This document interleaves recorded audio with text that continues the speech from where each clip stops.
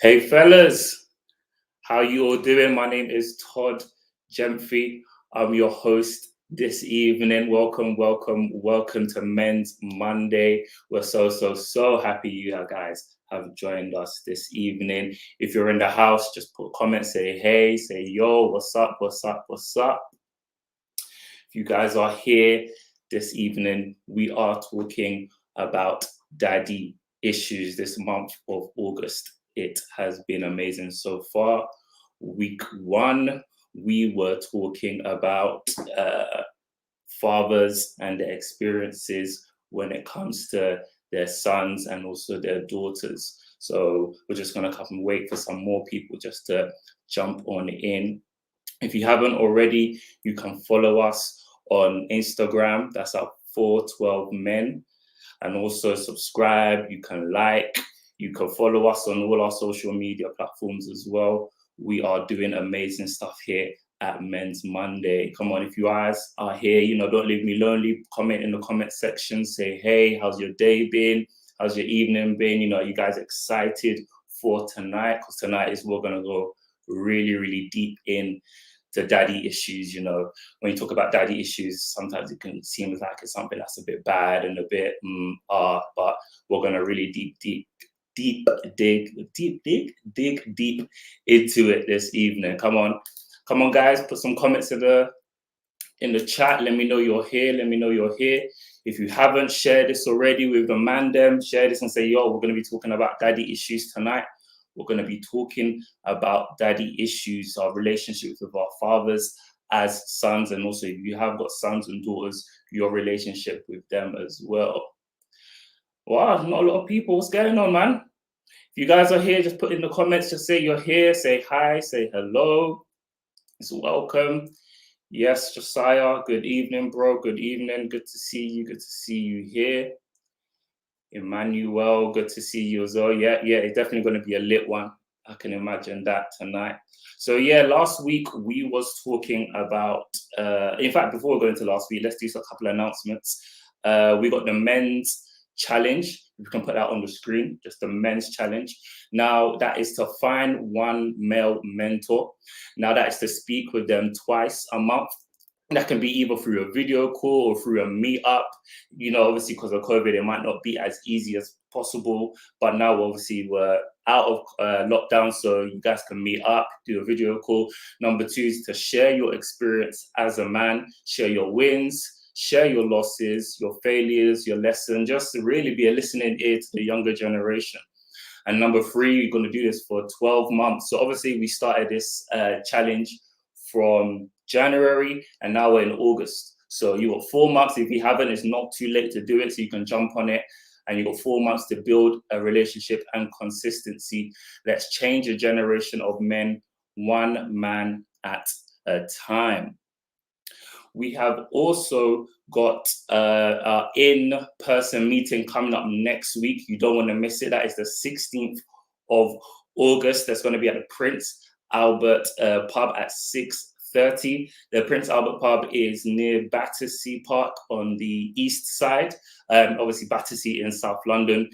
For more details, just follow us, like I said, on Instagram. Follow us on here at 412 Men. We'll obviously be releasing more details. But yeah, this is a session you guys don't want to miss. Obviously, we haven't been in person as much and as possible. So this session, we've got a very, and I'm not even capping, I'm not even gassing, like a very special guest coming to join us next week on the 16th of August on Monday. So we're not going to be here on YouTube. We're going to be at St. Albert's pub, Prince Albert's pub.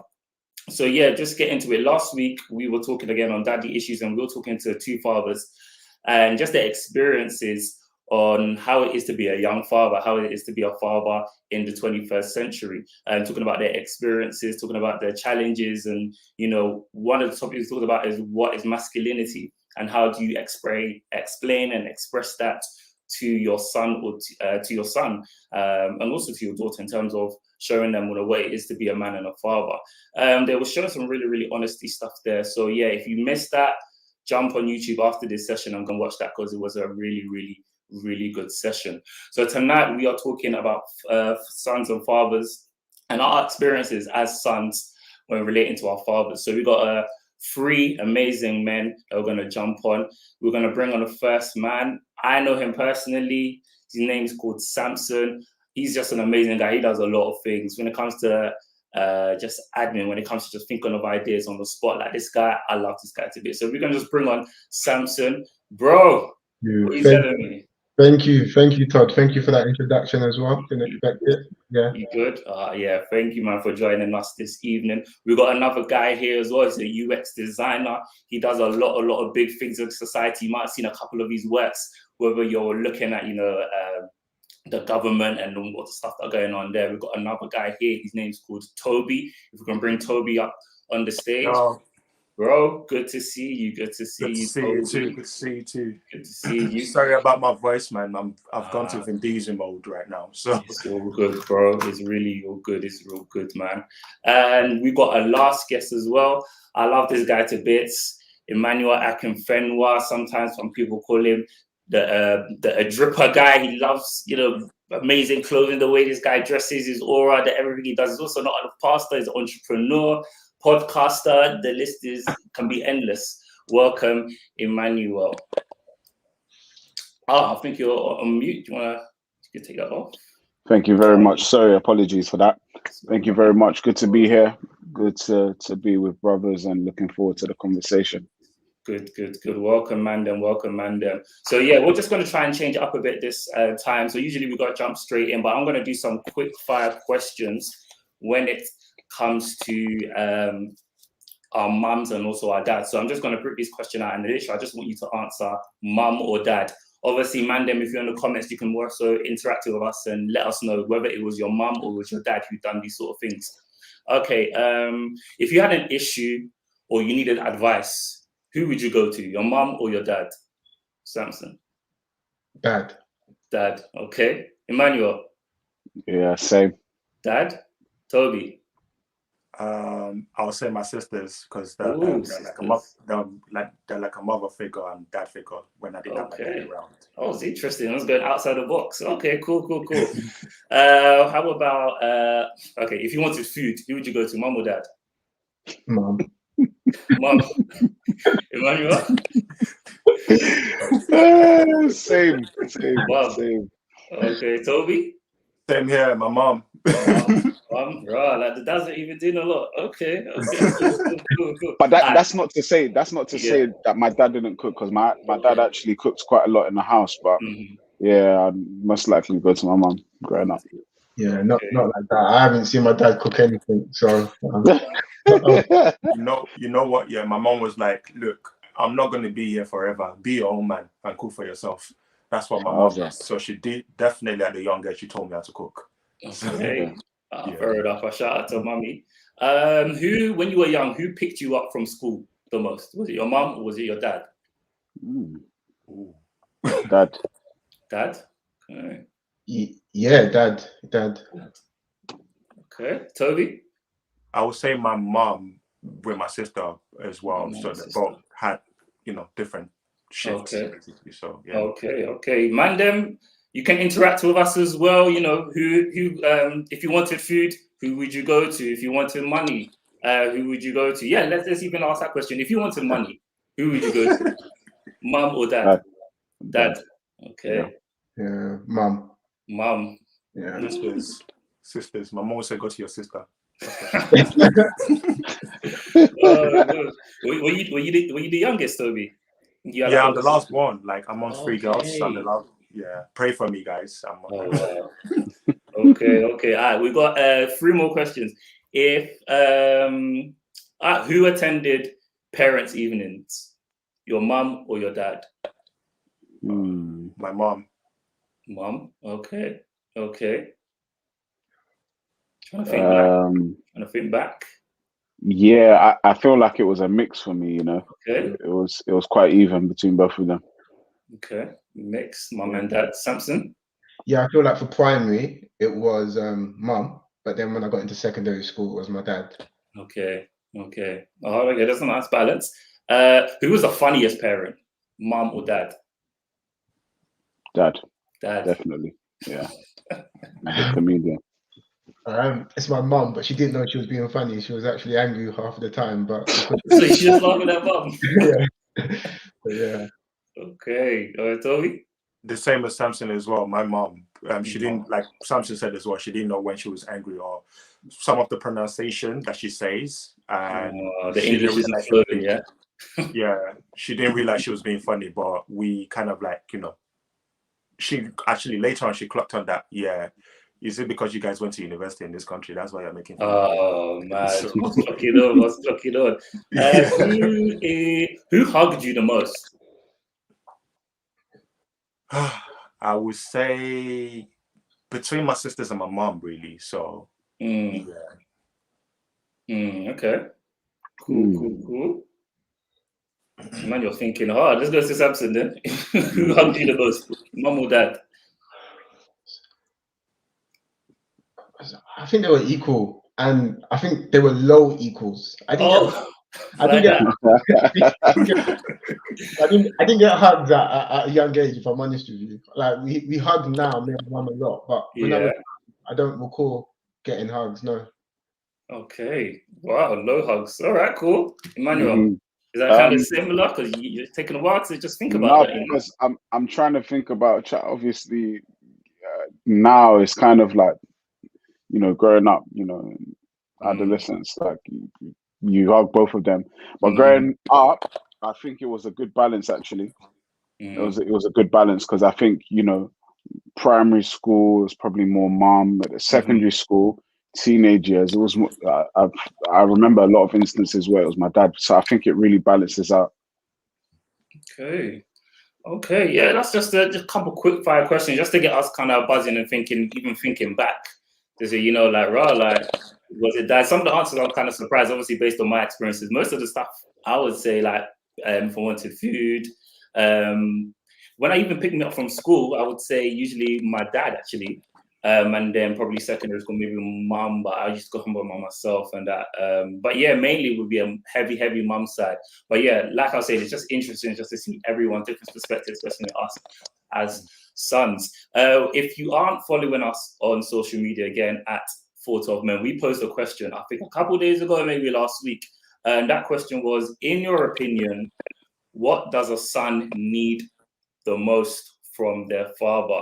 In your opinion, what does a son need the most from their father? We had a couple of questions and we're going to break it down tonight. Some answers we had like affirmation, some said identity, some said just to know they're loved by their father, some said wisdom, another person said assurance, shout out to Davido. Somebody said conflict, somebody said involvement, and also conflict and resolution, sorry. So obviously we know all these things encompass and they are amazing and they're good, but obviously it'll be hard to judge which one is the best and which one. But let's give that a go. Let's try and break that down. In your opinion, guys, you know, so what is let me read that again. In your opinion, what does a son need the most from his father? You want to go, Samson? Yeah, I'd say example. Okay. I'd say example. Like you said, there's so many words you can throw in here and they'll all be as important as each other. But I think just an example of how to do everything, be a father, be a husband, be a man, be a business owner, be a worker, whatever it is, in everything, just be a positive example to a son, I feel. Okay, no, that's good. Positive example. How can, okay, maybe we could get into that, but how can a father be a positive example if he hasn't seen an example himself? So yeah, it's a good question, but I guess it all comes down to where you get your examples from. So we obviously learn bad things when we are young, but as we get older, we now have to start unlearning some of those things.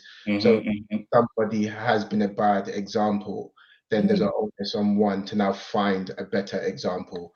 So if you know, for instance, as basic as it is, you want to be, you know, a footballer, and the person that you're looking to can only do 5 kick-ups, then it's probably in your best interest to find somebody He's better at that. And you wouldn't need anybody to tell you that. You would just see it for yourself that, you know what, I want to be something, I want to do something, but the person in front of me is not doing it as well as I'd like to see it. So therefore, I'm start looking for better example.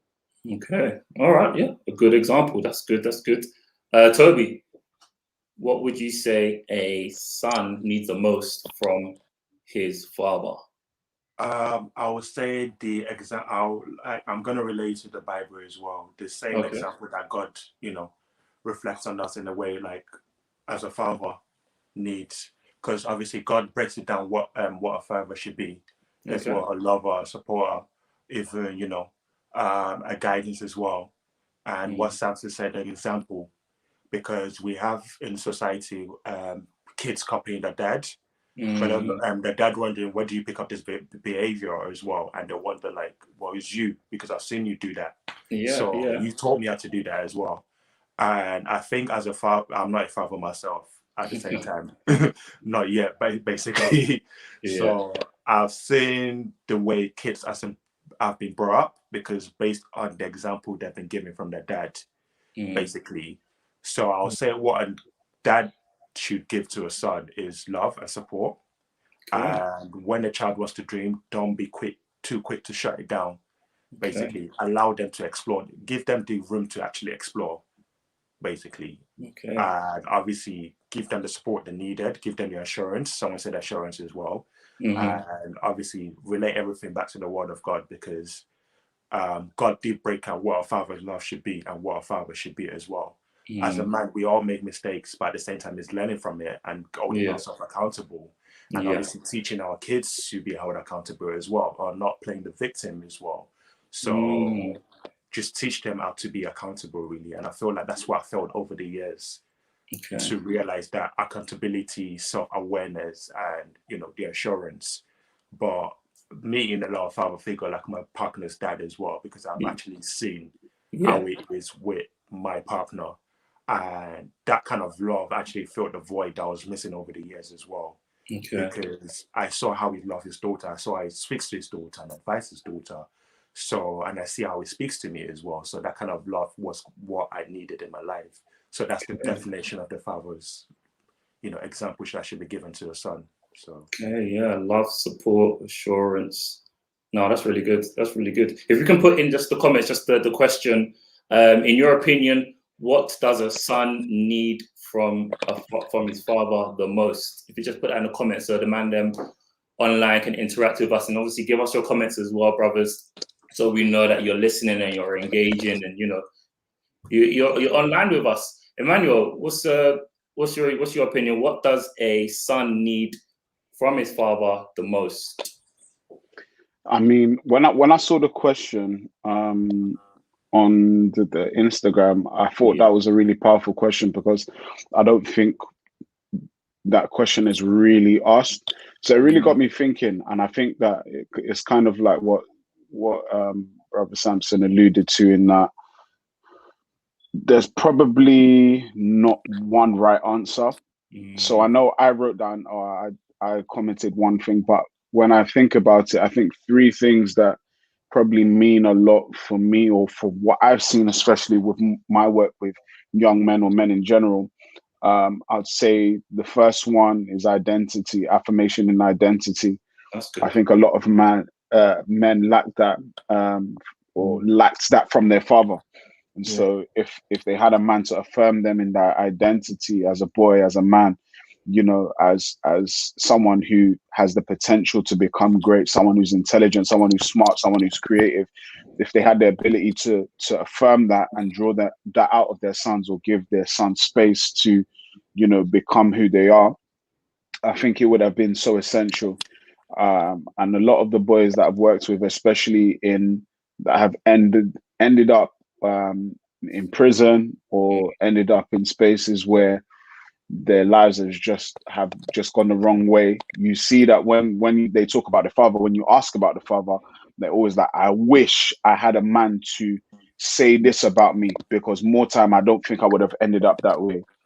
The second one is active presence. And I say active presence, it might sound a bit weird, but I'll explain what I mean. Yeah. So sometimes people say presence, right? But then there's this saying that, you know, someone is in the house, but the lights aren't switched on. And I think for some people, their dads were there, but the dads didn't really do anything. It was just, you know, they brought home the bread, and then that was pretty much it. You know, all they saw their dads do was sit on the couch, eat food, and watch football. So when I say active presence, I'm talking about fathers who are actively engaged in the lives of their children. That's something that is so important. And I see it in my life as a father, that I value that thing so much. Like, I value being active in my daughter's life. I take an interest in everything that relates to her life. It's not just my wife. And I think one of the things that I'll give an example, right? So when my daughter, after she turned 1, when she was 1, we started taking her to these play center things, right? And there was one day where my wife couldn't make it, so it's me now. So I've taken her now, so I've gone there, and then all the parents there were just women, like there was just mothers, right? So I'm there. I'm like, it's a bit awkward because it's women here, but I'm like, okay, well, I'm a parent as well. I'm gonna do what. So I'm playing with my daughter. I'm entitled to be there, and so I'm playing with my daughter. I'm playing with some of the other little children as well, and one of the women came to me, was like, "Where's your wife? Are you the only one that looks after your daughter?" I was like, "No, my wife's like she's working or something like that. But yeah, I'm here to do it." She's like, "You do stuff like this?" I was like, "Yeah." She was like, "I can't believe it." Wow. Then she called the other mothers, and she was like, "Check this guy out. Like he normally does this with his daughter X, Y, Z." And they were like, "Wow." And then like some of the women were like, "Well, I know my boyfriend, I know my partner wouldn't do anything like that." And then it was like a domino effect. Like, yeah, my husband's at home now, he's watching TV. And another woman's like, yeah, my husband doesn't even care. And then causing arguments. Obviously, it's not something I'm trying to, cause. Yeah. And then the last thing was, one of the women came to me. She was having, her son was a fairly newborn, and she was having problems breastfeeding. She couldn't produce enough breast milk. And she was pouring her heart out to me. And I was with my daughter, I was like, what have I gotten myself into? But it made me think, like, that's something that, women would share with each other. But she felt comfortable enough to say to me. And I was kind of like, I may not know much about the anatomy of a woman, but I know conversations I've heard my wife have with her friends and whatever. And I'm like, don't put stress on yourself. And literally, she was crying. She was like, I've never had someone like say this kind of stuff to me. Like, not many parents haven't been able to encourage me, and it just slapped me in the face. I was like, wow, like, it's one thing being a parent, but as a male parent, it hits differently. And so for me, that just being one of many examples, it just makes you think that in a society like this, even though there are men that care for their kids, there's just this common stereotype or stigma that men don't really care about their kids. They don't actively take part in, apart from if it's football or some sports, which is not bad, but everything else, like, do you care about if they're eating? Do you care about their education? All of that kind of stuff. So for me, that active participation bit is key. And then the final bit is love. I'm not going to explain it because I've spoken a lot, but the final bit is love. And sorry, not love. I'll change the word. Affection. I know you say you talk a lot, but what would you say the difference is between affection and love then? I would probably say that affection is more an offshoot of love. It's more an outward demonstration of love. I think love is the overarching scenario, but affection is one of the ways that you can demonstrate love. And I think that for men, there's, once again, going back to stereotypes and stigmas, this whole thing of, well, men don't really show affection. They only show affection to women that they want to sleep with. And it's like, for male to man or male to male, like interaction, you don't really hear affection in the conversation. It's been feminized. The word is kind of like, it's more feminine, like women show affection to each other, or women show affection to men, or men only show affection to women in a romantic context. But when it's father to son, we really lack that. And I think that's why growing up, that's why, you know, the common thing of, you know, boys will say love, bro, but they won't say I love you, bro. Yeah, I was going to mention that. I was going to say, but man, you say I love, bro. Like, when's your birthday? You just put love, bro. like this example. So one of the young boys I'm mentoring at the minute. So we were talking about like emotional intelligence, love, all of that. It was a couple of weeks ago, and I said to him, "Have you ever said to your boys, I love you?" And he was like, "Oh no, but I say love, bro." And I was like, "Okay, yeah, well, you're halfway there." I was like, "You're halfway there," but I was like, "But why don't you say I love you?" And he was like, "Yeah, man, it sounds a bit suspect." I was like, "Okay, cool." So we kind of tackled it and addressed it from that way. But you know, it's very interesting how we're not encouraged as a society. I wouldn't say every man, but I'd say it's very weird how many men are not encouraged to show their affection towards their brothers without feeling like it's suspect or whatever. And that's very unfair. And I think we need to we definitely need to check that. But I think it stemmed from the fact that many boys didn't receive that from their fathers. Okay, no, that was good. Thank you for that, Emmanuel. So obviously you talked about affirmation, talked about being active and being present. Obviously the story you told there. Even if you like, for your example, your story, if you wasn't there for your daughter, you wouldn't have had that encounter, that experience with that mother, and another realization of how important it is to be present in your daughter's life. And then obviously you break down affection as well. So I've got a question before that. So can we be a bit transparent? What is your relationship with your father, or was like? What's the status? Obviously, we talk about relationship status. So, I'm single, I'm engaged, I'm married. What's your status with your father now? So, like for me, I would say my father passed away sadly in 2012 when I was 18, first year of uni. I remember it. It was like yesterday. But yeah, there was a bit of things that happened between him and my mum, so they wasn't together. However, leading up to that, it was a little bit shaky. Early days were amazing. Leading up to that, it was a little bit shaky. So I didn't realize how much I missed him after he passed away. So that was really, really interesting. So Samson, what's your relationship status, should I say, with your father? We could take it back to Facebook and probably say it's complicated. Complicated. Wow. Okay. Here. So obviously I've spoken. You had your quick fire questions at the start, and my dad has always been present. He loves me. He loves my brother. He loves my son as well. He's always involved. He takes pride in being involved. So my relationship with my dad was always good. But as I've gotten older, as I've matured and learnt things, I've realized that the way he treated, because he's changing, treated my mum begun to bother me. Okay. And then because of that, it started impacting the relationship we had. So whereas we had the initial years so good, really bonding, really close, I got to about 18 and I said, I'm done with you. I didn't want anything to do with him. Wow. It was just really annoying because it was things that I'd seen so much growing up. But then as I got older, I looked back at those things and those things really started to hurt because I just didn't understand what they meant at the time.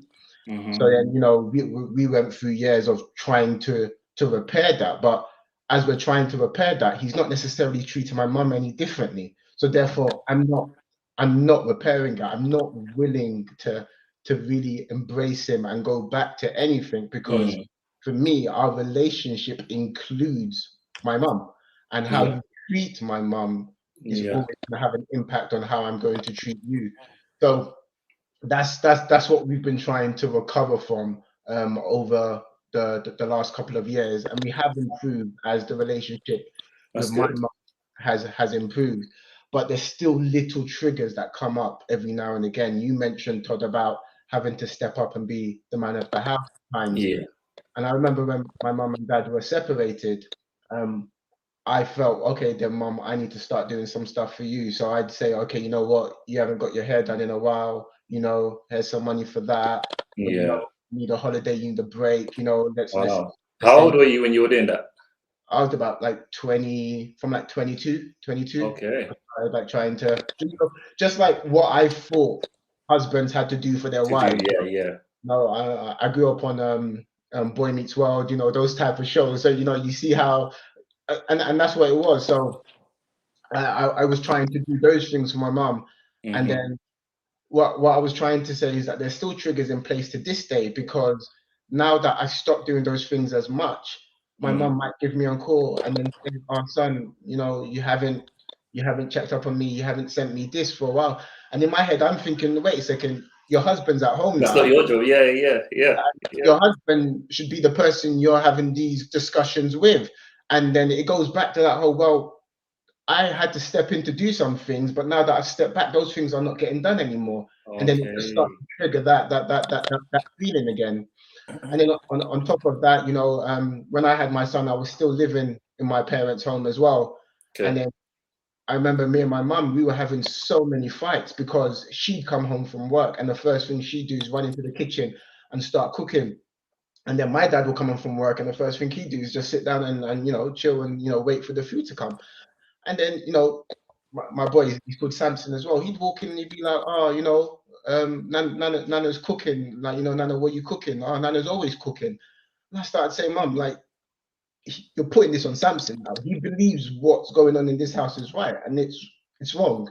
There's no reason for you to, you know, and it's obviously not my household, so maybe I'm speaking out of line, but there's no reason for any of this stuff to be happening." You know, and it just so I'm probably overzealous when it comes to now cooking in the house. So I'm big on Samson, put down the pad, come on, go into the kitchen, we're gonna cook, because I don't want a situation where he now believes, yes, a woman has to do the cooking, even though the woman has been at work all day as well. So there's just little things that trigger it any point. And you know, sometimes I go home, dad will say, "Oh, where's food?" And because those things are still in place, they don't go if it is, and it's still annoying. But yeah, all of that to say it's complicated, but it's on the positive side of it's complicated. It's definitely getting better. Okay. Oh wow. Well, Samson, thank you for your transparency, man. That sort of stuff is it's good to hear.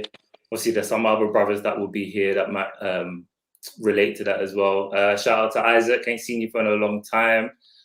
Gracious greatness. Shout out to you as well. Thank you for joining us. Toby, what's your relationship status with your father? Sorry, Vin Diesel, right? Yeah. Is it all right? My dad died when I was about 10 years old. 10, 11 years old. It's okay. But to be honest, before he died, it was really, really difficult. Because I didn't really get to know him that much when I was young. Because what's it called? Before I was born, he married someone else. Basically, he had like basically 4 wives, and altogether we were like 12 kids. Wow. So I didn't really know what went down with my mom and dad. So I think later on, my mom said that obviously, you know, during when she gave birth to me, like each year basically slept with another woman. He caught her she caught him with another woman in the bed. So one extended story, but so obviously by that period of time, my mom and dad separated, and I can't even remember him being there. I couldn't even remember him, you know, like holding me or even babying me that period of time as well, until I saw pictures of him when I was like 1. I was thinking, I don't remember you being there on my 1 birthday as well. So, but I do remember him when I grew up. I do remember him being active very well. About 3 to 4 years before he passed. So I remember him giving me a lot of stuff as well. I remember him like being available. But by the time when he passed away, like it was just so weird. I was thinking, you're always dependable, so how come you're not picking up your phone and everything? So when it died, that kind of like I went to like silent mode. My emotion just shut down. I didn't even express my anger. I didn't even express my tears. So my mom was like, okay, you know what?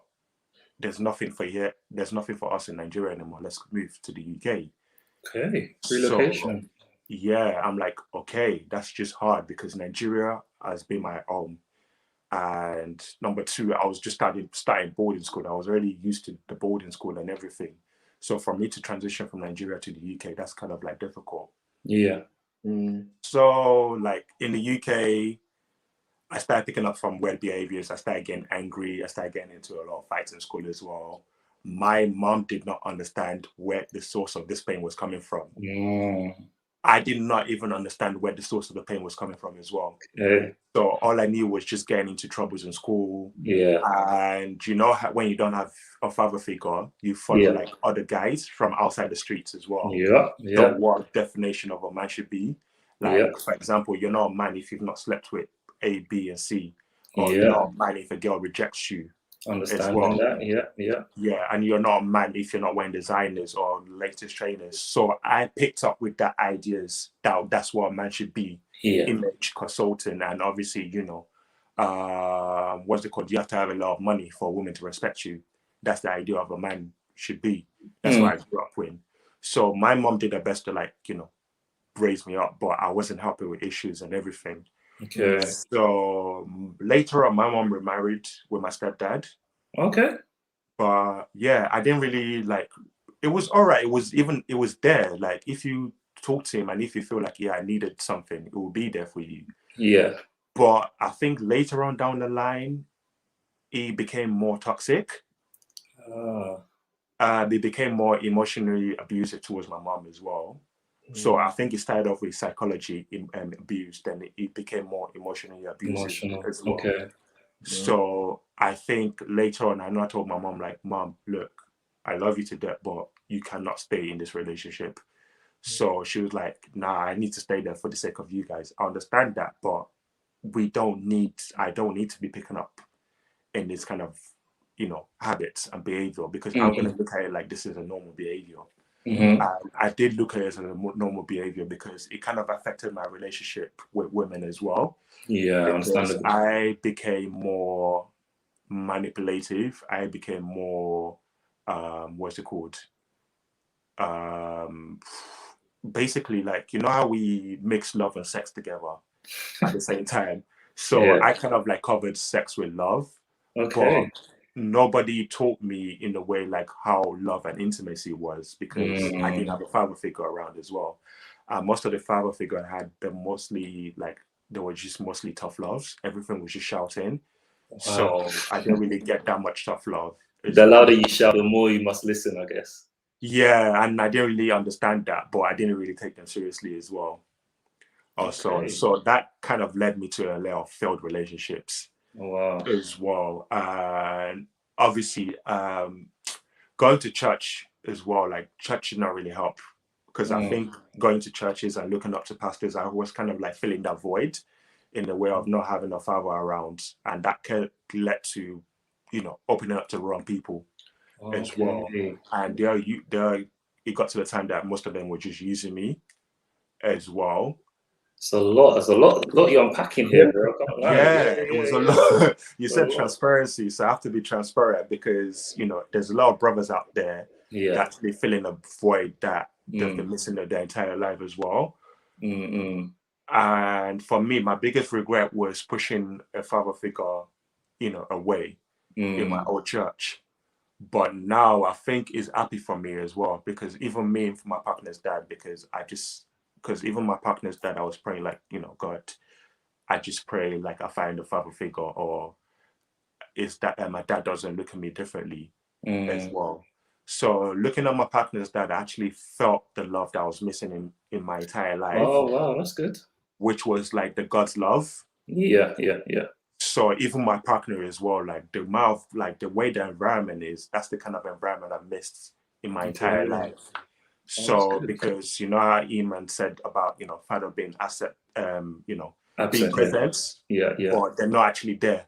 Yeah. That's how it was as well in my life, because I had father figures, but they weren't actually, there in my life. Yeah. They Okay. weren't giving me the proper guidance. They weren't giving me, everything was just like materialistic based, like, oh, you need to have a job for a girl to respect you. You need to have money for a girl to respect you.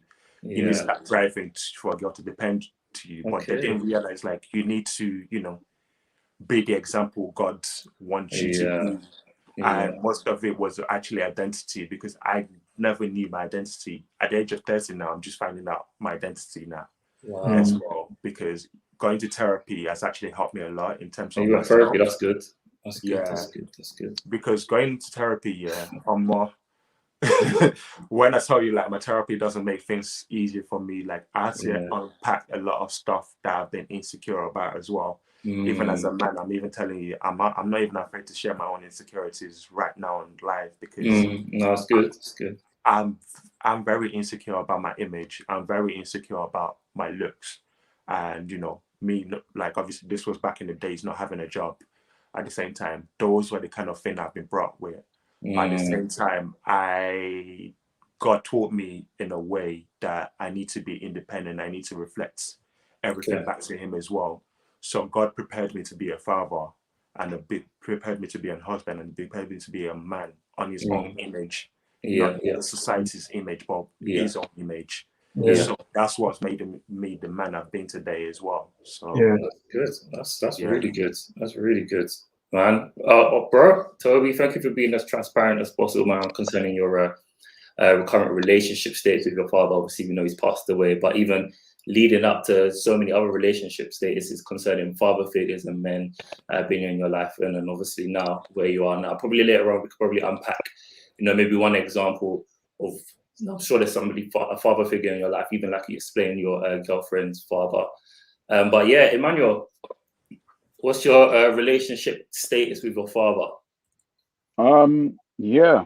So my relationship status with my dad is very good.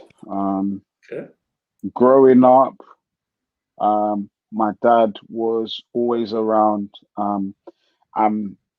For context, both of my parents have been in ministry. From before I was born. So it's something that I've grown up into. We obviously, for maybe the last 10 years or so, we've been speaking a lot more about pastors' kids and the effects of ministry and stuff like that. But for me, even though there were challenges and there were some bad experiences, my dad made it a point of emphasis to have an active role in my life and in the life of my siblings. So it's one of those ones where whether it was school, whether it was sports, whether it was hobbies and passions that I had. So growing up, playing the drums, that was something I loved doing. Up till now, obviously pastoring a church, and it's not as easy to play the drums week in, week out. But just little things. My dad was involved and interested in my life. He showed the affection that many people missed out on, and I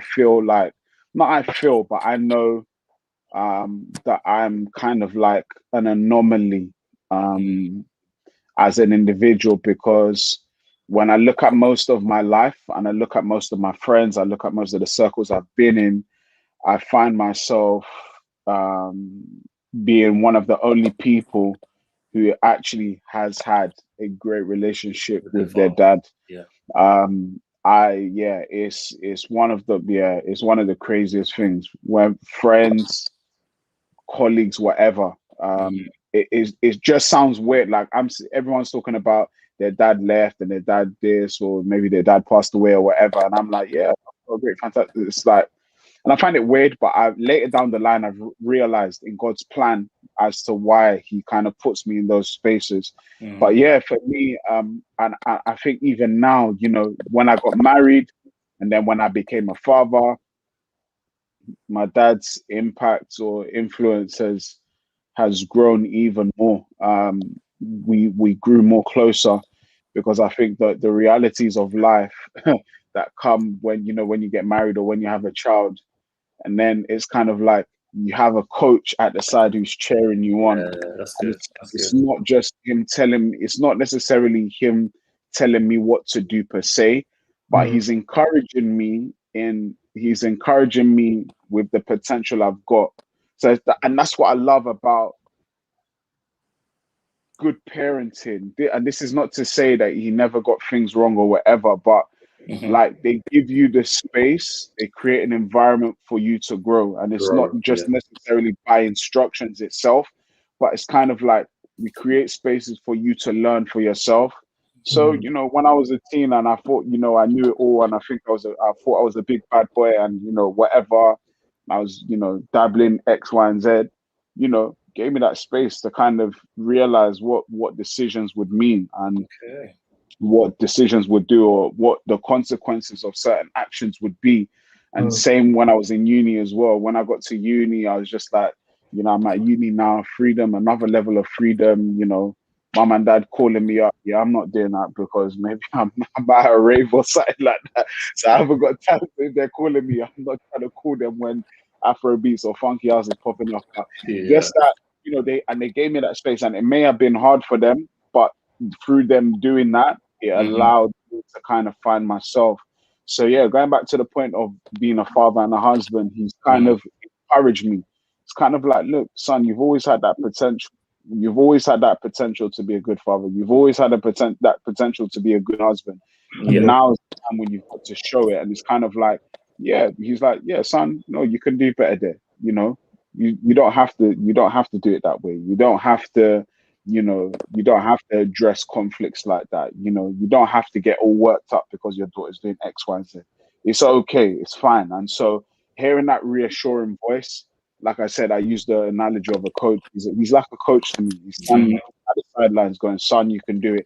It's kind of what a coach does. A coach gives you instructions, but at the same time, there's a time when you have to play the real match. And then that's, you know, the realities of it. And, you know, sometimes when I'm talking through what I may be going through in a particular season, it's kind of like, yeah, son, this is what we went through as well. But you can do it. You can get through it. I believe in you. And that reassuring voice means so much to me now, because I know many people missed out on that. Many people don't have that. To have that in this kind of day and age, it makes me want to go harder in my personal life. But at the same time, this is what makes me want to go hard in conversations like this, or environments that I'm in when I'm mentoring, you know, men, and I'm mentoring people. And I'm like, look, I want to be able to give at least an ounce of what some people missed out on. So kind of like what Brother Toby was alluding to about, you know, his partner's dad kind of being that breath of fresh air, or kind of being an example of what he missed out all his life. I want to try my best to serve people with that. And so, you know, I find it interesting because growing up, especially like when I was becoming more aware of the prophetic, like that's one of the things that actually, that's one of the prophetic words that consistently came to me about being a father to generations X, Y, Z. So when I look at everything in context, it just makes a lot more sense now. Not even like I'm trying to be everybody's father. That's not even the intention. It's tough. It's tough. I ain't trying to be, you know, people's fathers, but I pastor a church. So, you know, that position by way of, you know, the church setup, it makes me function in some way, shape, or form to some of the people as a father. And so, you know, when you get people come back and they're like, you know what, thanks Apostle E, like you've done such an amazing job in my life. Some of their parents will hit me up or WhatsApp me or message me and say, you know what, your impact in my son's life and my daughter's life has been so amazing. Thank you so much. It's amazing to hear. That's what keeps me going. So yeah. It's amazing to hear. I just want to touch on one point, which is kind of interesting what you said. I think it's probably leading more to fathers, but it's just interesting how the transition and what your father has done from being obviously your parent, he's still your parent, but and now he's older and you've got your own daughter, he's almost like a cheerleader rather than just being a parent of do this, do that, do this. And I think some maybe parents may struggle to transition to that point of being a parent who tells you what to do and guide and who oversees you, just being on the sideline and being a cheerleader. Mm. But even being as a cheerleader, for obviously the fathers being the cheerleaders, what is, let's stay on good stuff. Obviously, Emmanuel, I guess you would have amazing stories. Toby may be different, and Samson. But what is, let's say, one good thing that you got from your fathers or a father figure? So obviously relating to the question we had from before in terms of what is the one thing that you needed, a son needs most, what would you say the one thing that you got from your father that was good? Does it have to relate to me personally, or could it be something that is done for other people? Personally, yeah, personally. So I would say the affection thing that I was talking about before, that's something that, my dad was never shy to say, son, I love you, give me a hug, kiss on the forehead, whatever. And he still does it even now. You know, when I talk to him, every time we get off the phone, love you, son. I'll be like, yeah, love you, dad. You know, and that affection, meant a lot, because I didn't feel insecure when I maybe said it to men, or when I engaged with men, or, you know, or with women as well, same as well. I didn't feel insecure. I didn't feel like I had to prove anything. There was always that level of vulnerability where I can be open and not feel like, you know, growing up, you know, no one could, I wasn't a bully, but nobody could take me for a mug. So, but because I was so secure in myself, there was nothing nobody was going to say to me to make me feel like, oh, you're soft or whatever. Everybody knew that. But yeah, that affection thing was, one of the biggest things for me. Okay, Samson, is there anything good, at least one thing? Even, let's try to stick to that. Even if it's hard, maybe we can switch off to say, okay, even though he done something bad, now looking at it is a good, if that kind of makes sense. No, definitely. And just to add on to what Emmanuel was saying, 100%, like, you could still see the affection. Even through those years where we weren't as good, I always knew that if anything did come up, I could always run there as well. So no matter what, I think that's one of the things I always say about my dad, the fact that I know no matter the problem, we will do it together. If it's a dissertation that I don't know how to do, we'll do it together. If it's a job application that's keeping me stuck, we'll do it together. If I need to, you know, get this woman to fall in love with me, we're going to do it together. It doesn't drop the bars, tell her to say this. Don't apply that one. Put this one on. Cool. When you're managing other women in the house, phone, you do pick up some bars, I guess, but that's another discussion. But yeah, so I mean, like I said, the main issue with my dad is his relationship with my mum. But when it comes to me and my dad, 100%, I know he's always going to ride for me. I know for a fact that I've always got a support system there. So that's something I've done so well, and I will always commend him for that, 100%. So obviously, what affected your relationship in the past has, maybe you can say now, helped you to now engage with your wife and say, okay, I'm going to make sure I treat her the best way I can, in the most amazing way I can, because the way I felt about my dad treating my mum, I don't want my son to feel that way as well. Yeah, 100%. And back to that thing about examples, you know, so I guess you could even get examples in the opposite way as well. So you've seen something that's really made you feel different, and you never got to make anyone feel that way before. So with my ex, whenever like we were going through back and forth, she knew a trigger would just be to say, you know, your dad was doing this, like, you know, and like, because, you know, at the end of the day, you know, it's the ones that are closest to you that know what they know what to say. And then and it always has been that desire in me to never have anyone be able to say such things to me.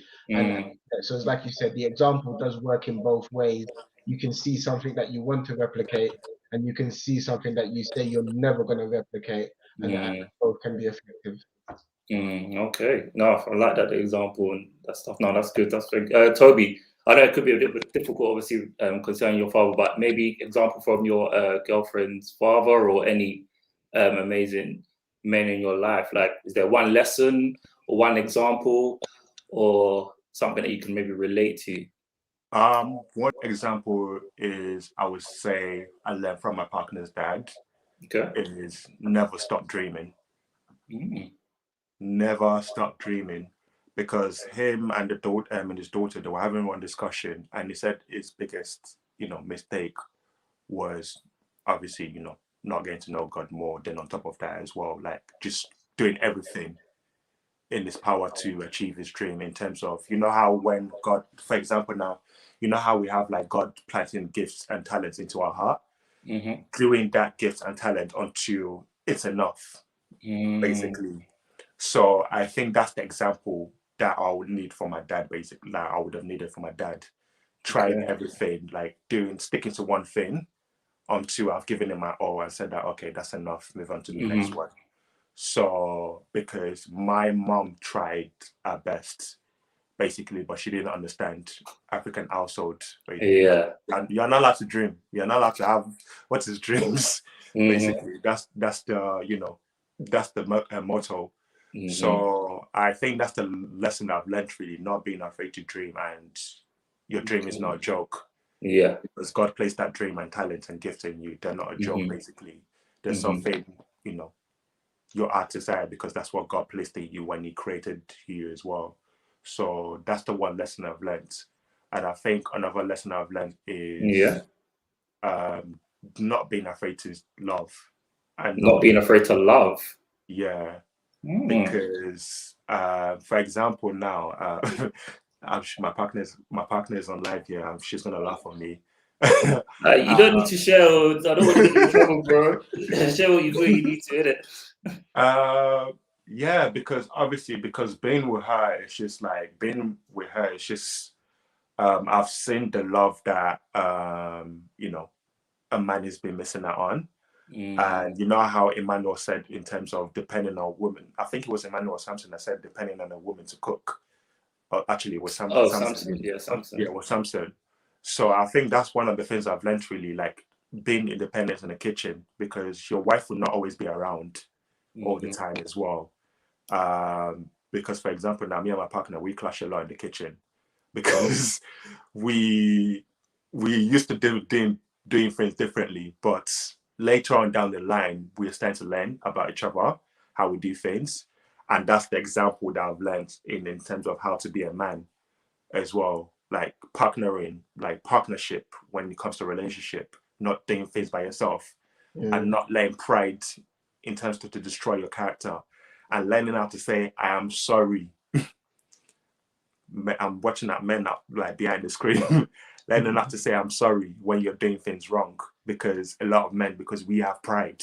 I'm a man as well because I have pride, and pride has destroyed my relationship to this day. But I've learned to say I'm sorry. I take full responsibility. So those are the lessons I took from it. So yeah. Wow, that's good. Yeah.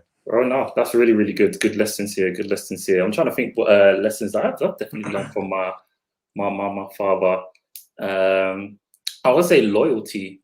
That's definitely one thing. He was a loyal man, definitely loyal, because some people can just get up and just say, okay, if things aren't going well, they'll just get up and they'll leave. They'll get up and they'll just quit. But I could definitely say loyalty, and I definitely see that in myself. I'm a very, very loyal person. So I could say, yeah, one of the lessons I've learned from my father is loyalty. But even leaning on that, there's a statement there where some people would say, maybe when a son is young, he sees his father as a superhero. He's his hero. He's his all. And then it reaches a certain stage where the dad is no longer a superhero.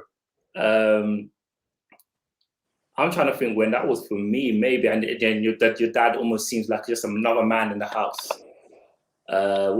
Did anybody have that experience, or is your father, obviously, I'm guessing maybe Emmanuel, your dad is obviously still your superhero, but was there a stage where he kind of stopped being that, and he just became just another man in the house? Like, does anyone have any experiences with that? Yeah, sure. Yeah, I mean, yeah, loads, loads of them. So I think the superhero, you can probably even put it into different sections and say, oh, when it comes to cars, yeah, my dad was my superhero because he always had nice cars. Or when it comes to clothes, oh yeah, my dad, I really liked his style. That's what I want to do. So you have all of these sections, and some of them they're naturally just going to fall off over time. As you get older, you're going to realize that, you know, your dad likes to dress more like Fela Kuti, you like to dress more like Cameron. You know, there's different things that start to come over time. But then at the core of everything is about, okay, how do I feel about this man, and do I want to be like this man? And for a long time, I definitely did want to be like him. And then it got to a stage, you know, like I mentioned earlier, where I started to see certain things that I wanted to be nothing like him. And it was at that stage where it was, well, you know, you're a man, you're in that room, and I'm in this room, and that's how it is. You know, we're housemates, you know, we'll have our back and forth if we need to, but I'll come in from work, I'll go to my room. You've got something to say, then yeah, I might listen to it, and that's how it goes from there. But then, you know, again, as you get older, as you mature, you then begin to see how tough it is for him as a man, and not to excuse anything that he has done, but you start to understand that, you know what, it's hard. It's hard to be a leader. It's hard to be a leader in a changing world. You know, it's hard to be how you want to be in a new country. There's just so many things, you know. I often commend my parents every day to go from another country, to go from Nigeria to London with not having a job ready for them, and saying, I'm going to be cleaning, I'm going to be living on this sofa one day. That to me is amazing. I cannot think right now, if I'm leaving for any country, there's a contract that I've signed beforehand, all of that has to be in place. They didn't do that. They came here and they just made things happen. So I always commend them. There's a general drive that my dad, that my mom has as well. We're talking about fathers, that my dad has, that I always commend and I always respect. And as I've gotten older and realized how hard it is, I respect it a bit more. I just wish certain things weren't the way they were. But yeah, that's just all it is. I hear that. I hear that. Even you saying that, it just reminded me of stuff. When I was growing up, my dad was just amazing at computers, and I would just always want to be with him. And I was watch him take computer parts apart and then components and stuff. And I was just so intrigued, and it made me realize that the only reason I was into electronics and good at computers and tech and stuff was mainly because of him. It was interesting as we were going to primary school, and he picked me up from school. If anyone knows, seen him on social media and whatnot, I look exactly like my dad. Yeah, because I'm a spitting image of my dad. So even growing up and seeing that, and then people walking past, oh my gosh, your son looks just like you, and he would just say, oh yeah, that's my carbon copy. It was just interesting just to see the level of pride that he had. And then for me to be like, wow, like actually look like this man. It never really registered until I got older. And obviously passing away, and then you see some family members and say, oh, you look just like daddy. And it was almost like, okay, it's a bit awkward. It's almost like, okay, what do you want me to do? Like, I look like my dad, but it's like, it's just kind of interesting just to see the level that things have gone up to, and then just looking at it and then realizing, wow, like the level of pride that he had, and then the only reason I'm into what I'm doing now was based on the fact that I saw him, and I love the fact that he was into computers. But yeah, that's kind of interesting for me. Yeah. I don't know, Emmanuel. Go on, Samson. Because there's so many things like that, and you don't even notice some of the things that you've picked up and you've taken from your dad. So, you know, I remember Sundays or Saturdays, whenever football was, my dad's boys may come over, there'll be drink, there'll be a talk. And I would like sometimes have to bring in the drinks and stuff, and I'd watch the interactions in the room. And then I'd watch how everyone would be doing their loud, you know, going back and forth. And my dad would just be the composed guy that never raises his voice. That when he speaks, that okay, yeah, I understand what you're saying. And it's always been an aspiration that, you know, everyone can talk back and forth, you know, I remember somebody saying to me, oh, Samson, you're always so concise. Is there not anything else you want to say? It's because that's from my dad. At the end of the day, it's just that, just say what needs to be said. And you don't even realize you've picked these things up until you're placed in certain situations. So that's why I was talking about those departments and sections, because, you know, you might not say he's your superhero. You might not say you're looking to be like him, but then there'll be a particular area where you are 100% doing everything your dad did because that's what you've seen and that's what you believe to be right. No, that's good. That's very, very good. It's almost like, yeah, like a mini me. Yeah, that's good. Iman, do you want to go forth? Is there anything that you picked up from your dad and you think that's obviously, you know, guessing you obviously seen as him as a superhero, but looking at maybe what you do with your daughter and realize, right, my dad did that to me as well. I think from a general level, one area that I haven't touched at, for example, that we're both the same as, we're both preachers. So yeah, I don't know how I'll say a million times. Great inspiration. I remember I was speaking to my brother on the weekend, and I was talking to him about just how I remember when I was around 4 years old, and I used to practice church in front of my dad and my younger brother. So I'd pick up a Bible, get the chair, and I would use the chair as the pulpit. I'd put the Bible there, and I'd be sitting on the table eating, and I'll be preaching. These times I don't even know what I'm saying, but I'm just preaching. I'm copying my dad.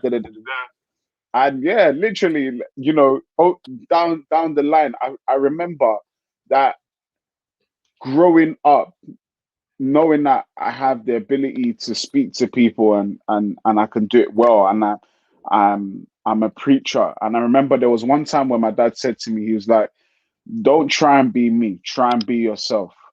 Don't try and be me, try and be yourself. You're good at what you do and you have a voice."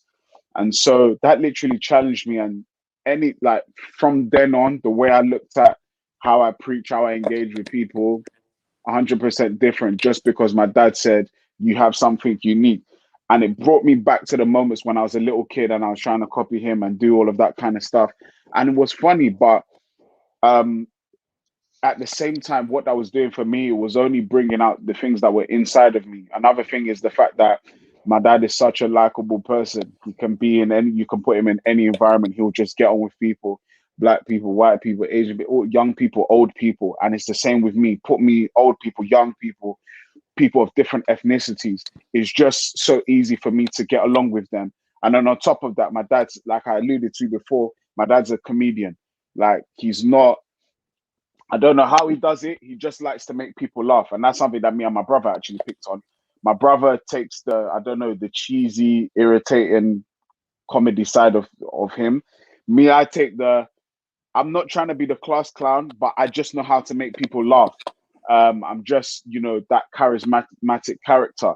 And those little things, like now with my daughter now, and it's mad because I look at my daughter and I was telling my wife last week, I was like, "Babe, like, we've got a charismatic one on our hands. Like, she's such an extrovert. She loves being around people." That's why it's even going to be mad. Like, when we open up church again and we have people, like, it's going to be like, this is normal for her. This is what she's always wanted. And it's like, it's crazy because you just think, yeah, you're just doing life, but you're actually seeing this come through in your children. It's like, oh my goodness. I said to someone that, be careful what you pray for, because when I prayed, I prayed for a son actually first. But yeah, God is good. I prayed for a son first. Didn't get that, but God is still faithful anyway. But literally I was like, I'd like, a child that I'm praying for, a child that is driven, that is committed, that knows what they want, that doesn't back down, that is happy to, your people will be happy to be around all of those things, that likes fashionable stuff. And literally, it's just a spitting image of all of those things. So even though it's not a father-son relationship, me as a father, I'm seeing all these things. It's just like, when I go out with my daughter, it's just like we're the same. Sometimes, like, it's like we're butting heads because we're just alike. Though there's some, characteristics, from my wife that she takes on, but it's just like, it's the same thing here. So it just shows me the power of one, having a parent, and it can go positive or negatively. But for me, these are traits that, come from my father's side. Like, it's worked in me, and I'm seeing it now in another generation. So yeah, man, those are some other things, but the affection thing, yeah, I'm big on that. I'm big on that, especially with, yes, my wife, absolutely, but I'm very big on that with my male friends, because I think that for me, I want to be a person that changes the narrative. I don't want it to just be, oh yeah, man, we have to do differently, and then we're not doing anything different. So I will I show affection to, you know, to my brother. I show affection to the men that are around me, like my male friends around me, you know, telling that I love them, just interested in their life, being a listening ear, you know, not trying to preach to them. I'm not the preacher. Like, as much as I'm a preacher, I am not the preacher to my friends. I don't preach to my friends. My friends get the friend Emmanuel, and that's what I want from. That's what I want them to have. And so that's, for me, I think that's very big, because I think that the positive traits that we can pick from our fathers are things that can continue a legacy, especially if we want to see especially if we want to continue certain things, but we also want to see a change. There's nothing wrong as they say, don't throw the baby out with the bathwater. There's so many things that we as men can pick from our fathers who did positive things, and relay that. And I think it's so necessary, because if we don't pass these traits, these characteristics, these ideas that they passed on, what happens next? We leave them to be indoctrinated by other young men, and then this toxic cycle comes around, and then we'll be complaining in the next 10 years, oh, why he was like their father, he's like their father. No, let's let them be. If they're going to say he was like his father or she was like his father, let it be for a positive reason as opposed to a negative one. Yeah. 110%. Because I think mainly most of the time when it comes to just like his father, there's always seems to be a negative aspect rather than a great aspect, a good aspect. Toby, do you think, is there anything that maybe your mother maybe said, or any characteristics? Obviously, I remember you said that you saw a picture of your father holding you. I mean, is there any other memory someone might have told you that they can see in your father and they can see in you that are great? I think for me, I'm like my mom. I'm very, very stubborn. I don't listen. And I do things, I become childish. On the other side, I'm like my dad's personality, because my mom always said, like, "Mom, you look like your dad. You're just calm and laid back." Also, so for me, I focus on my dad's side in terms of the laid back and chilled kind of thing. But obviously, being laid back and chilled, people look at it as a negative side. But you know, there's a positive side to it. When you're laid back and chilled, like, you're just relaxing and, you know, doing things at your own pace. And obviously, I think that's when God speaks to you more as well. But on that negative side, you just letting life just pass you by, basically, as well. I think one of the things I've picked up from my mom is understanding people where they're coming from before assuming things, and just not being insecure, and stop jumping the gun and stop jumping conclusion as well. And I would say one thing I've learned from my dad is, like, treat your wife right, even though, like, the relationship or the marriage is not working. Do treat them right and do make it work as well, and just don't be too quick to throw in the towel as well. And one of the biggest fear that I've always been having is, I don't want to become like my dad and have multiple wives, or, you know, divorce my wife.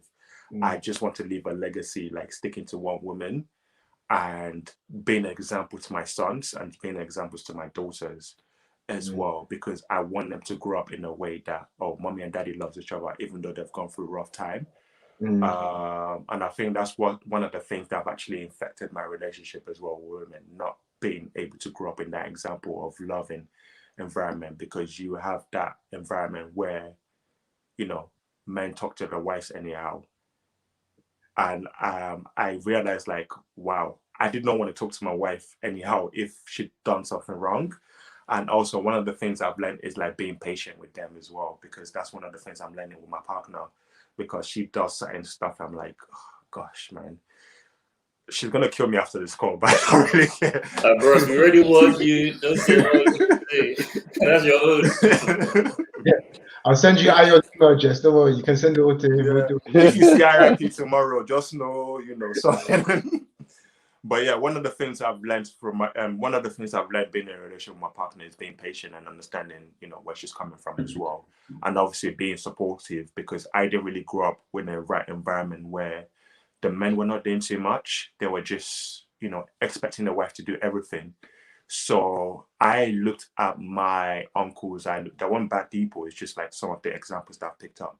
So I've looked at them, and I looked at, my brother-in-laws as well. And what I've learned from my brother-in-law is being a partnership towards my sister, because he doesn't wait for my sister to cook or, tidy up the house. So early in the morning, he does that, wake up and just make sure everything is okay. So by the time she's waking up, like, she has an ease of mind that my husband has done this as well. So those are the kind of lessons I've picked up over the years as well. And, my partner has already said that when in a relationship with me, she's picked up a lot of bad behaviors. She's seen a lot of bad behaviors that she's actually pointed out. But, I've learned from it and working towards it as well. So, and I feel like being a man that I am today, I've learned from different people and seen the bad behaviors like different men have picked up over the years, and actually, not doing that and learning that, like, I'm not going to bring that kind of stuff in a marriage. So it's kind of like doing like SWOT analysis, drawing up the strengths of the men, weaknesses of the men, opportunities and the threats as well. So I looked at the weaknesses that the men had, and obviously look at the opportunities that I need to work on, and the threat that I might have in my relationship or even in my life over the years as well. Yeah. So I was going to say another thing. I actually forgot. So many stuff that I actually picked up, really. So yeah, and I feel like one of the things that I'm actually grateful for learning from my partner is just, being a supportive husband, really. And because the field that she's going into, there are times that she has to even travel a lot. So I need to learn how to, like, make sure my household is on point at the same time. What they say, like, the state of your mind is the state of your environment is as well. So I need to make sure that my state of environment is good and my mindset is good as well. And also being careful what I allow in my space as well is more important. Because as a man, we just invite anyone to our space without realizing, get to knowing them as well. So one of the important lessons, because something happened to me a couple of months ago, and I realized, like, that was the most important lesson in my life that I learned, is being careful who you allow in your space, because otherwise that person can destroy your relationship or even try to destroy your relationship as well. So that's the most important thing as a man and as a leader as well. And also not being, because, when we have our uncles and some of our dads, they actually criticize us in terms of when we make mistakes. So, and I feel like one of the things I will not do is criticize my son when he's making a mistake, or even when he does something wrong. I will teach him, like, this is what he did, but, there's always room for growth, basically. That's what I'll teach my son, not criticize him. So I feel like that's what I criticize my son. I'm sorry. Just throwing that one out there. Every father is different. Every father is different. Every father is different, yeah. But I think, to be honest, I think I can't really tell about Samson, because Sam probably criticize him in a bantery way, like, you shouldn't have done this. But yeah, for me, I try not to criticize even my nephews. I don't try to criticize them when they do things. So maybe you mean like condemning and then bringing them, instead of helping them to learn from it, just making it like, oh, why did you do this? And just making them really go down exactly. and down, coming from that narrative, right? Yeah, exactly. I think, to be honest, being with my nephews, being with my niece and nephews, I've realized, like, I can't be angry too much with them, because, they're still because once upon a time we were both childs and we didn't listen to our fathers. So I'm always trying to be patient with them, because they've taught me how to become a better. I'm not a dad yet. Also, they've taught me how to become a father in the future, because being patient with them. But at the same time, they're kids. Kids be kids, man. Kids be kids, because I actually was babysitting them over the weekend.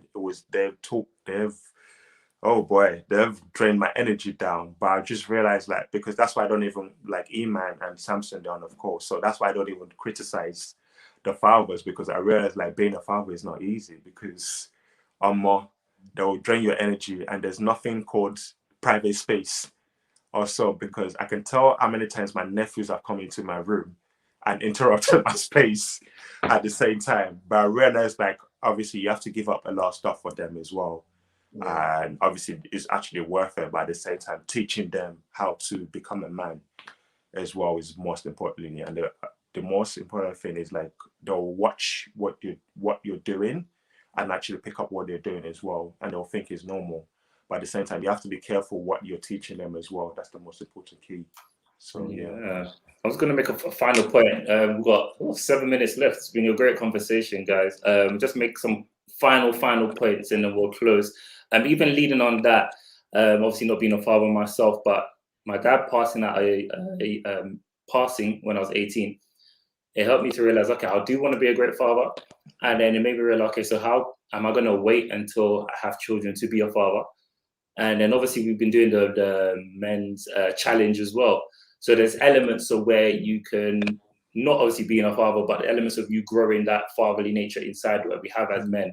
So I know that even as my brothers, I'm the oldest. So I'm trying to do things, relate to them, talk to them, do stuff, and maybe go out on one-on-one meals or try and understand, okay, what are you going through? What are the things that you need help with, rather than just being, I don't know, it's hard for me because it's like I can't necessarily, the lines between being a big brother and a father for me is very blurred. It's very, very, very blurred, I'll be honest. So I'm not sure whether even my brothers will say I'm like a dad. So I'm not sure whether being a big brother, I'm doing that role correctly, or just trying to be a father and that. So it was just kind of interesting, even that whole process, learning and knowing, okay, when I do have my own children, these are the sort of things that I've been doing with my brothers, putting it in place. So when I become father, it's not all of a sudden like, oh, okay, I have to be, interactive. I have to talk to them. I have to do this and that. I've been doing it and learning it. But obviously got 5 more minutes left. Is there any final points that you guys want to just throw out there, just to the brothers as well, just from your experiences and obviously what we talked about this evening? If you just want to stress on another point, just as quickly as possible, because we've got 5 minutes left. Anyone can go through. Yeah. Okay. Everyone's being humble. No problem. What I do want to say, especially when it comes to daddy issues, I think that hopefully this conversation highlights kind of where you're at and maybe gets you to do some reflection or introspection and look inwardly and make you think, okay, yeah, I shared some similar experiences, or I went through something different, but it still affected me, or actually it positively benefited my life. So if that's been the case, then do the work with that. If you realize that, you know what, there has been an impact because of the negative consequence, whether that's maybe a passing away and the trauma from that, or maybe the trauma or negative experiences that you actually have had with your dad who's still alive, then let's figure out, or let's work out a way that we can start to address those things, because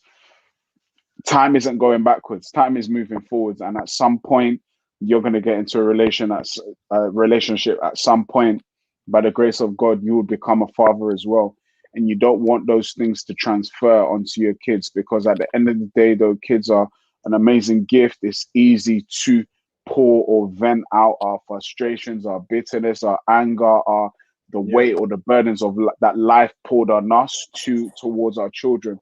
And so right now's the time to do the hard work. Now's the time when you've got to, even if you're already in a relationship, even if you're already a parent right now, it's now that let's do the hard work. Let's do, let's challenge ourselves, get support. Brother Toby has been talking about some of the experiences that he's had with counseling and stuff like that. If you feel that's the case, then do that. Speak to a mentor, speak to, pastor, or spiritual leader, or whatever, and start, doing the work yourself. But I think all in all, through this conversation, it's just reminded me of the importance of fathers for the future. Even if, yes, you may not have had a great relationship or whatever, we have to start thinking about the future. And that's what I love about 412 Men. It doesn't just look at now, it looks at how now affects the future. So let's pick what we can from this and see how we can change tomorrow by the decisions we make today. Yeah. Thank you very much for that, Emmanuel, man. That's very good. Whoever wants to go next? We've got 2 minutes left. Yeah, I was going to say I agree with Manuel as well. I was going to say another thing is let this topic be a highlight of what we've spoken about as well. And obviously, it's never too late to actually learn as a man, and it's never too late to learn as a father as well. I'm praying by the grace of God, like wherever men that are watching it all over the world out there will actually realize, like some that are not even present in their children's lives, and some are just present but they're not there. Like I pray like the discussion will actually highlight the importance, what it should be, and how assent it should be in your son's life and even your daughter's life as well. Because I've seen how having a father has affected my life as well, and I've seen how toxic being with a toxic stepdad has been as well. And that's one of the key things that I call myself Kingsman, because I know that young people are actually going to look out for me and looking at what I'm doing at the same time as well. I'm not saying they should be like me, because I just feel like they need to find their identity as well at the same time. And that's the most important thing that I want, like, to teach most of these young men how to find their identity at a young age and not going about what society is telling you as well. Designer is not going to get you far, I'm sorry to say. Also, like, there's so much stuff that designers really saw, and I feel like one of the things as well is teaching them how to be alive again, and not being too quick to grow up, basically. And that's one of the mistakes I did when I was young, being too quick to grow up. And obviously, because of personal issues as well, being the only man in the house, I had to be too quick to grow up. But at the same time, not to be too quick to grow up and do whatever things you need to do in your teenager years and as well. So yeah. Oh, that's good. That's good. It reminds me, there was a point you mentioned about growing up too quickly. I'm trying to think of what book it was. It's a book by John Eldredge. I think it's called Wild at Heart, and it basically just talks about us really enabling us adventure behavior inside, the boy in us, the times where you just climb up a tree or you just do something adventurous and you just feel alive. And then as you grow up, you have to kind of stop or responsibilities that come your way, and then you kind of just stop it. And then maybe that adventure comes out in so many negative and toxic ways, where you're chasing so many women and you love the chase of it. And that's your type of adventure, rather than channeling that into something maybe entrepreneurial or living a life unto God or something like that. So that part of not growing up too quickly, that's a really, really excellent point. So that's what reminded me of that. A book by John Eldredge. We'll try and find that for you guys. If you guys are interested, we'll put it in the chat on the Men's Monday chat. But Samson, any final points from you? Yeah, so I'll just say, so we've heard about different types of fathers here today, good, bad, medium, whatever you want to call it, and just really want to highlight that they didn't just arrive at that place, whether it's good or bad. There were things done before that led to that. And make no mistake, the things that we are doing today, whether fathers or fathers to be, are going to determine whether or not we are good, bad, or medium as well. So it's very all well and good saying, judging our fathers from the position that we're in currently. However, let's look to the future and understand the things we're doing now is going to determine what our kids will say about us once we arrive. And if we want it to be good, then what we're doing now must look good rather than bad. That's good. That's very good. Easier said than done. Looking at your father and maybe coming from an element of pain and realize, he could have done better, he could have done this. But it went back to when you said it at the beginning, the example. If your father didn't have a good example, and your granddad wasn't good, that's what he's seen, and obviously the culture and everything. And then now he's coming to this stage of being a father towards you, and then you're experiencing that bad as well. So it's obviously, like Emmanuel said, identifying the issues and tackling them now, looking at examples and then us tackling it together. But Mandem, honestly, it's been an amazing, amazing conversation. Samson, thank you very much for joining us. Toby, the Kingsman, thank you for joining us. And Emmanuel Akinfenwa, again, thank you very much for joining us. Next week, guys, we are going to be at the Prince Albert pub. We're going to be doing an in-person meeting. We got a very, very, very special guest, so you guys need to come and jump in and join us. That will start at 6:30. There's going to be details if you follow us at 412 Men on our Instagram. So yeah, we just say thank you guys for joining us, and we shall see you next week in person on the 16th at 6:30 p.m. Mandem, it's been great. Thank you. Take care. Bye.